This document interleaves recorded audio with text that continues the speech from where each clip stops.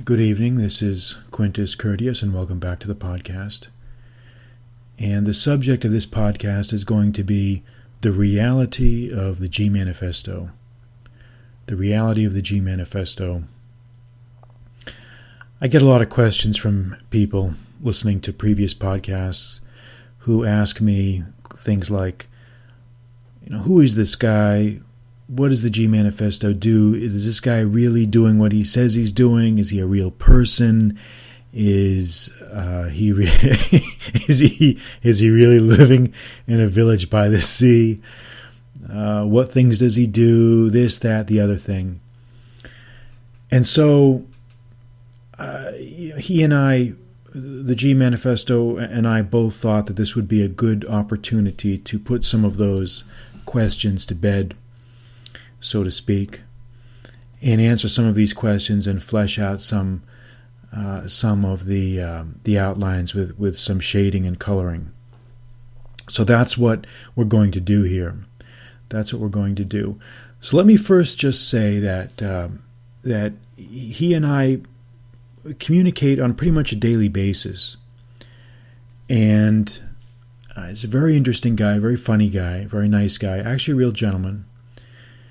And he has his own lifestyle, he has his own routine going on, and it's a very, very structured type of routine. Okay, he does live in a village by the sea in a temperate zone, or tropical to temperate zone.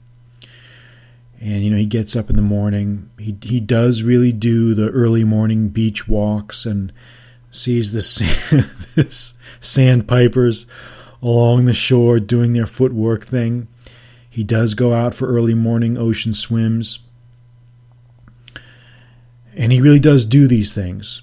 This is not just, I know because I can just tell from the communications and the discussions I've had with him, just the things he says, the photos that I've seen that he's provided me, things like that. So you can tell, when you're talking to someone, if they've lived what they're talking about, or if it's all just role playing. So there's no doubt in my mind about that.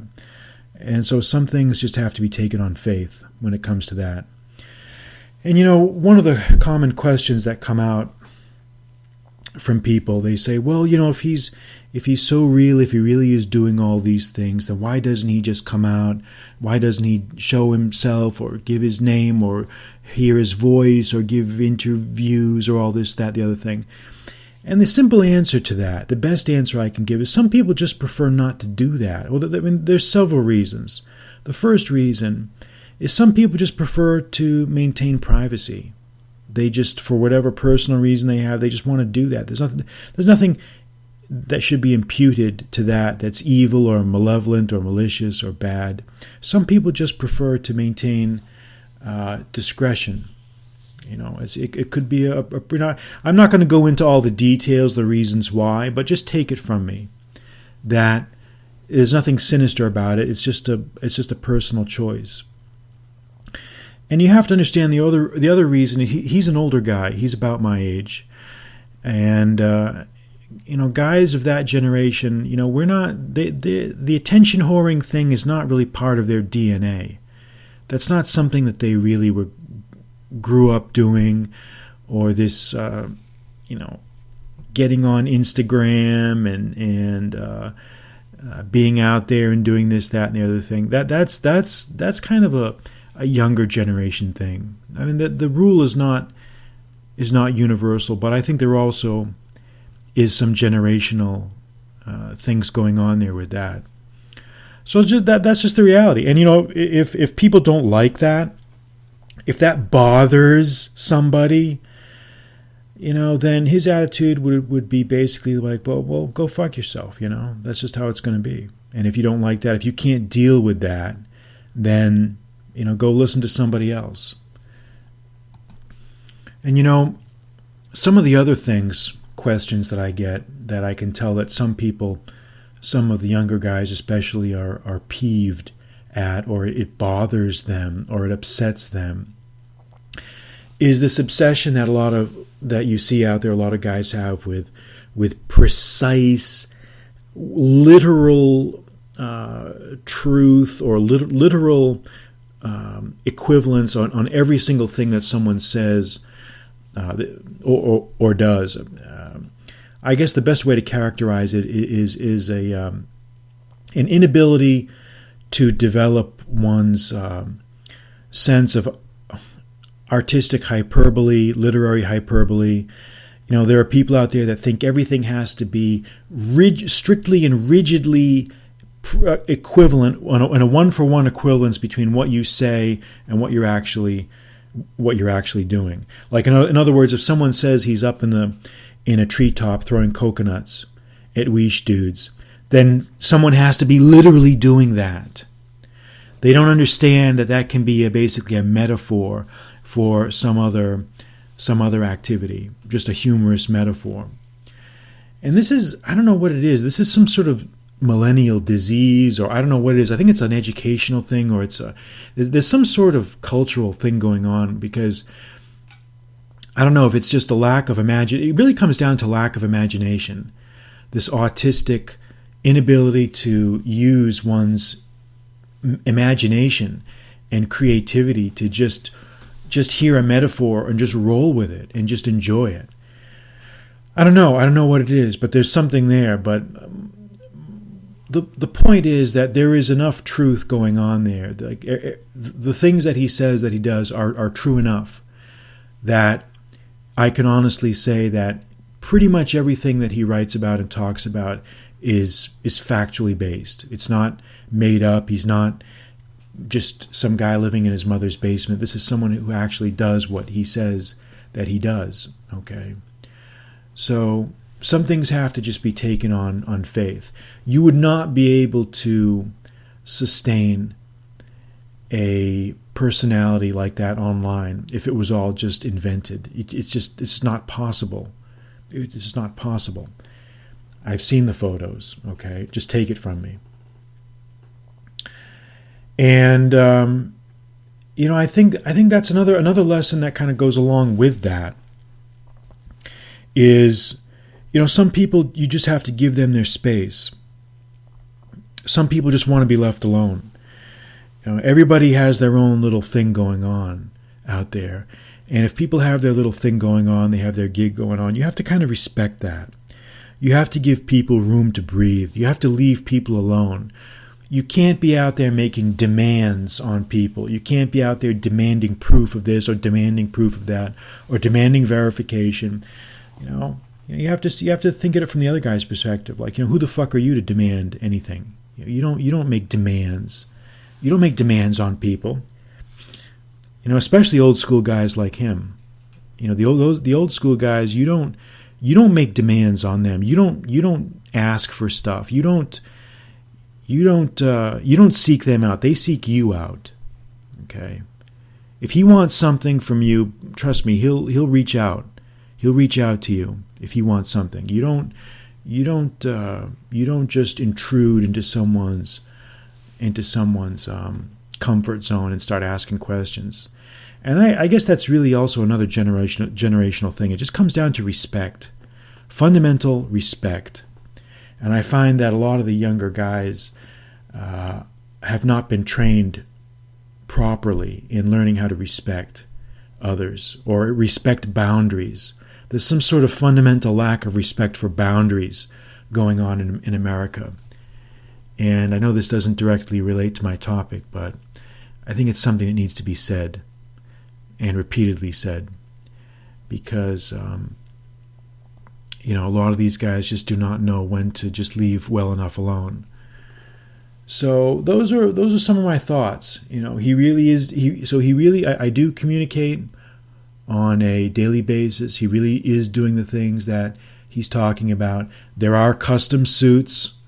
Okay, there are custom suits. There is a definite devotion to the ocean, to swimming culture, surfing culture, ocean culture. It's very. There's a long history of investment in that area of activity. Believe me. And he travels a lot. He really does do the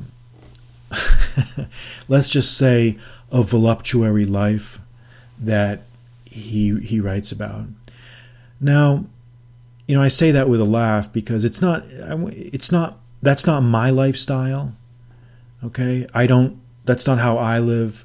That's not my lifestyle, and I'm not criticizing that. I'm not a playboy. I'm just not that sort of individual. My skill set. I do all right for myself, but my skill sets lie in other areas, and that's fine. And that's really, I think, that sort of healthy respect for each other's separate skill sets, I think, is kind of one of the things. Maybe it's one of the reasons why that we get along so well, is because I never try to intrude into his area of expertise, and he never tries to intrude into mine, and that's really, I think, there's a lot to be said for that. I'm not out here to try to compete with anybody. He's not out there to try to compete with anybody else. You can just kind of appreciate each other's kind of essence that they have going on. I think that really, there's a lot to be said for that. I think there's a lot to be said for that. But no, he definitely is a very, very funny guy, and some of this stuff is just natural. Some of these jokes and these little riffs that he makes up, he can make these things up on the spot, and that's always been the mark of a good writer, a good poet, a good artist. He does do artistic activities. He does paint, does take photographs, definite interest in photography, and a real sensitivity to the creatures of the natural world, and that's always been the sign of a poetic, artistic soul, is an appreciation for the natural world, and I think that's something that needs to be applauded. And it always amazed me that before I started talking about his Twitter account or these things that he talks about, nobody else was picking up on this. Nobody was getting this. Nobody could get past the, sort of the, maybe just sort of the over-the-top presentation, maybe, whatever you want to call it. But I immediately recognized what was going on and the merits of what he was saying and what he was doing, and I've said that from the beginning, and I've kept saying that since then. So those are I think the major points that I wanted to hit. He does, we do communicate. He does do the things that he talks about. He does have an interest in photography and painting and living in a village by the sea. He does do the stuff he talks about. And basically, the takeaway, not that lifestyle is not necessarily my lifestyle, and it's not maybe one that I would want to live, but I think what we can all learn from that, what we can learn from his attitude or philosophy of life is, life is short. There's only so many years that everyone has, and you better get out there and start doing things. You better get out there and start enjoying all the heavenly glory out there, because the clock is ticking. And don't waste your time talking about bullshit. Don't waste your time with all this other stuff, these distractions. Get out there and start experiencing the real world. Put down your soy phone. Put down your InstaSoy account, your soy book account. Put down all that bullshit, because at the end of the day, it doesn't mean shit. And get out there and do something meaningful. So consider that the actionable advice. Consider that the actionable advice that you can all gain from the G Manifesto's account, and that I'm talking about here now. And he has given me actionable advice also. I'm not going to go into the details of what the actionable advice is or was, but it's the type of advice that only someone who has a long experience in dealing with his troop management would be able to give. and it was very useful advice, very actionable advice, and I valued it.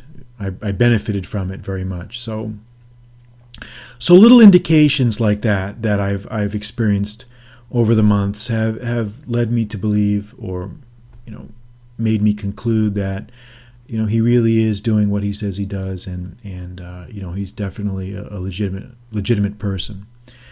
And again, don't be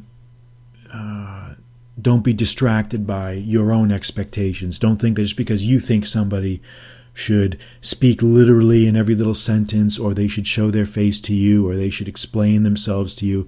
Nobody owes you any explanation of anything. Nobody owes you anything. You are there to appreciate what others have to offer, and if that's not good enough, then go somewhere else. Go somewhere else. So that's. I'll wrap up my that phase of the podcast here. Let's now move on to some tweet readings. Let's go on to some tweet readings. All right, let's deal with some tweets here. Let's go to the G-Man's account and let's see if we can read off some great tweets here. Let's start with the most recent and then work our way backwards. And I see here, I am going to build a wall around my village by the sea and make America pay for it. And there's looks like some impressionist painting of a village right by a cliff with a wall around it. Very good. Now this is a good one here from a couple hours ago. Never swoop in your bed. The bed is the place where people that do not know how to fuck turn your entire place into a sexual jungle gym. Actionable advice. No one is giving this bone density. And this was in response to some tweet by Black Label Logic.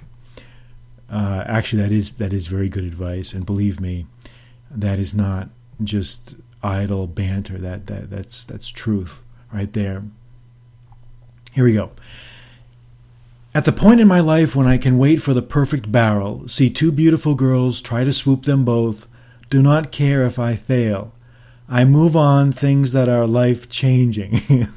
This is why I succeed and just be. Most do not reach this point in life, the void. So, and the visuals here, you've got a wave, and then you've got a naked girl sitting in a chair. Let me read that again. At the point in my life where I can wait for the perfect barrel, meaning, the wave. See two beautiful girls, try to swoop them both, do not care if I fail. I move on things that are life-changing. This is why I succeed and just be. Most do not reach this point in life, the void. Can't be lonely if you know yourself. Most people do not know themselves. And boy, is that true. And here's a picture of a leopard in a tree looking pensively off into the distance. All right, here's a colorful one here. Let's see what we can... I don't know. Been eating tons of oily fish. Caught fresh in another village by the sea that I run like a fiefdom. I would give this as actionable advice, but then Millennial Guys will just run off and we'll just run off and swoop a Jewish guy named Ollie Fishbein and eat soy. Zero muscle density sea slug. There's a picture of two sea slugs there. That's a good one. All right.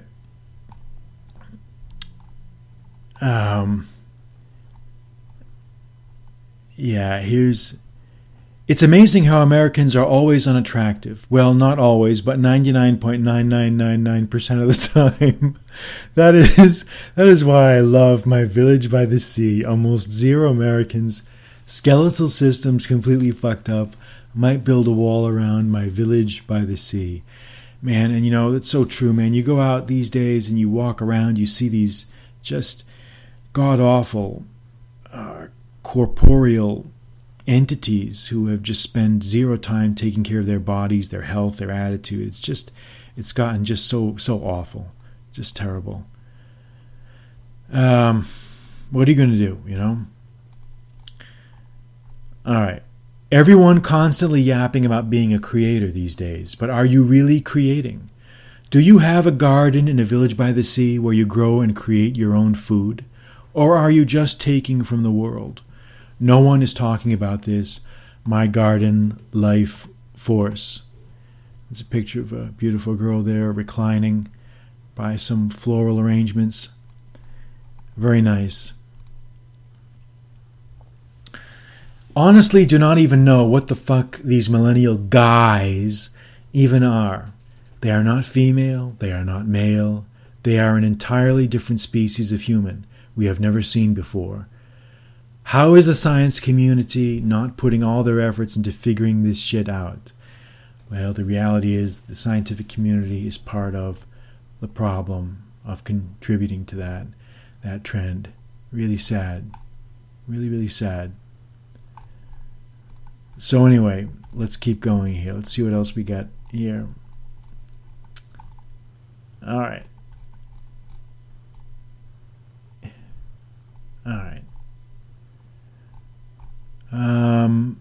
So much jealousy in the world. Nothing good comes from it. Jealousy is just not an emotion I feel. Village by the sea. And there's a tiger. It's a surrealistic picture of a tiger leaping upwards to embrace a missile flying out into space. Very nice. Very nice. It's almost as if millennial guys, and by the way, in any of these tweets, you always have to put guys in quotes because it's their manhood is questionable. That's why it's in quotes. It's almost as if millennial guys are trying to be weesh, because no one could be this weesh without trying. No one is talking about this. No, they are not. They are certainly not. Google Maps? Psh, more like Google soy. Google Maps, more like Google soy. Fuck that shit.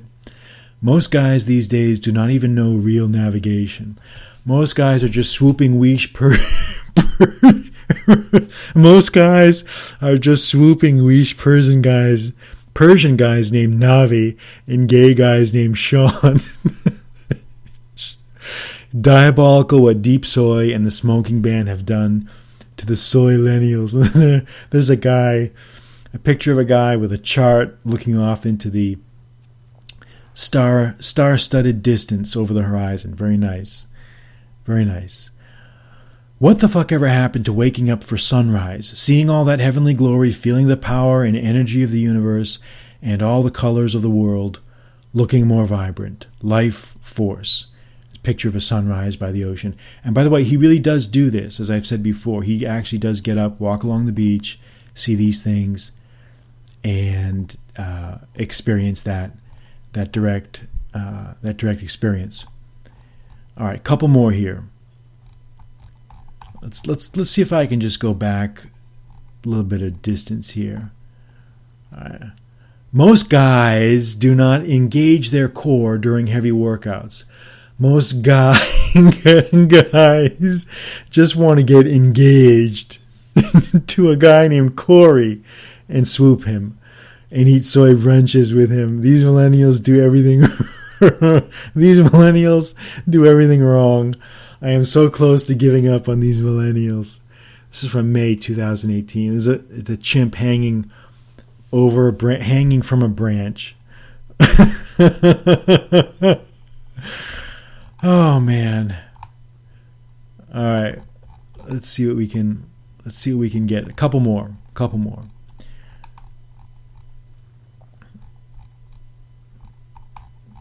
All right, let me just keep going down here. Try to just kind of get some obscure ones that we may have. Most guys.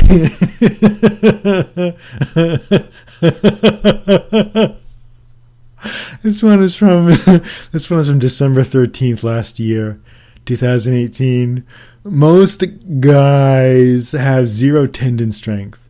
Instead of working on it, Most of these millennial guys are just swooping 10 guys named Don and eating a huge soy brunch with them. Now, this is not real tendon strength. Most people are also not orangutan strong. I gotta retweet this one. This one is great. Let me repeat. This is a great. There's a picture of an there's a picture of an orangutan pointing a finger at the camera, like leaning into the camera. Let me retweet this. This one is great. I gotta reread this, and then that'll be the last. I'm gonna end on this one. I'm not gonna be able to top this one. All right, let me reread. Most guys have zero tendon strength, and instead of working on it, most of these millennial guys are just swooping 10 guys named Don and eating a huge soy brunch with them. Now, this is not real tendon strength. Most people are also not orangutan strong. Oh, man. And that is actionable advice. Work on your tendon strength. Work on all your strength. Have fun. Keep laughing. And enjoy life. I'm Quintus Curtius. Good night.